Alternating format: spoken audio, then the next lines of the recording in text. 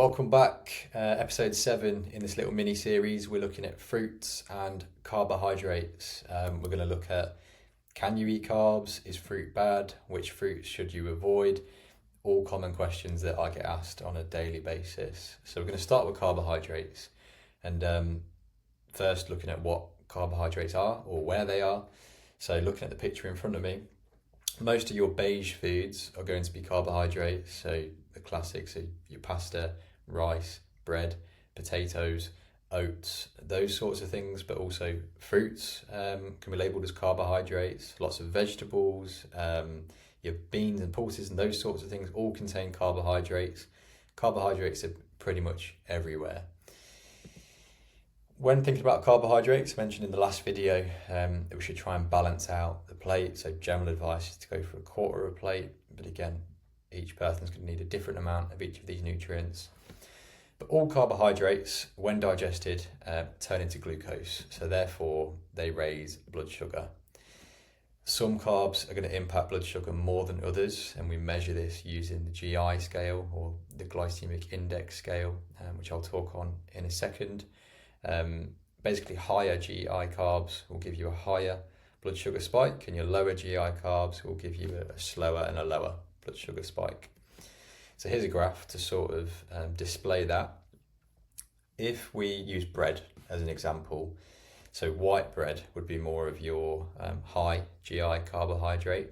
You would get a very short and sharp or high blood sugar spike, which also can then lead to a crash and can lead to blood sugar being lower than where it was at baseline. That then leads to symptoms of tiredness, fatigue, cravings for more carbs, etc.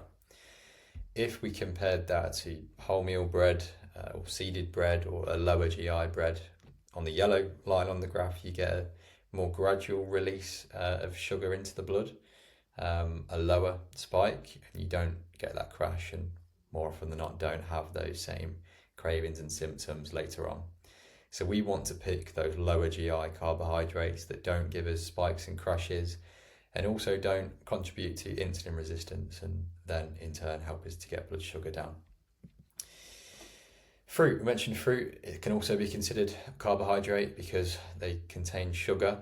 Even though it's natural sugar, it still affects our blood sugar in the same way.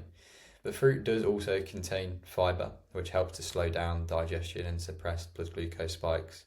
But some fruits, again, have a higher GI than others. So some of those are on the table in front of me.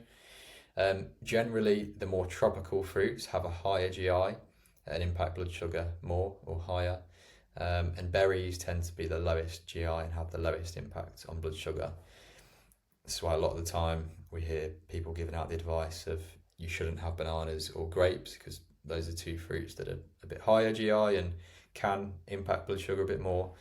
But we can have these fruits and these foods if we balance that whole meal a little bit better. If you can have more fibre and more protein and more healthy fats with those foods, the GI of the meal then is a lot lower and you don't get as big of a spike as a result. That's also a reason why the timing of when we have fruit can help to prevent these spikes. So if you were to have a banana first thing in the morning on an empty stomach, you might get quite a big spike in your blood sugar.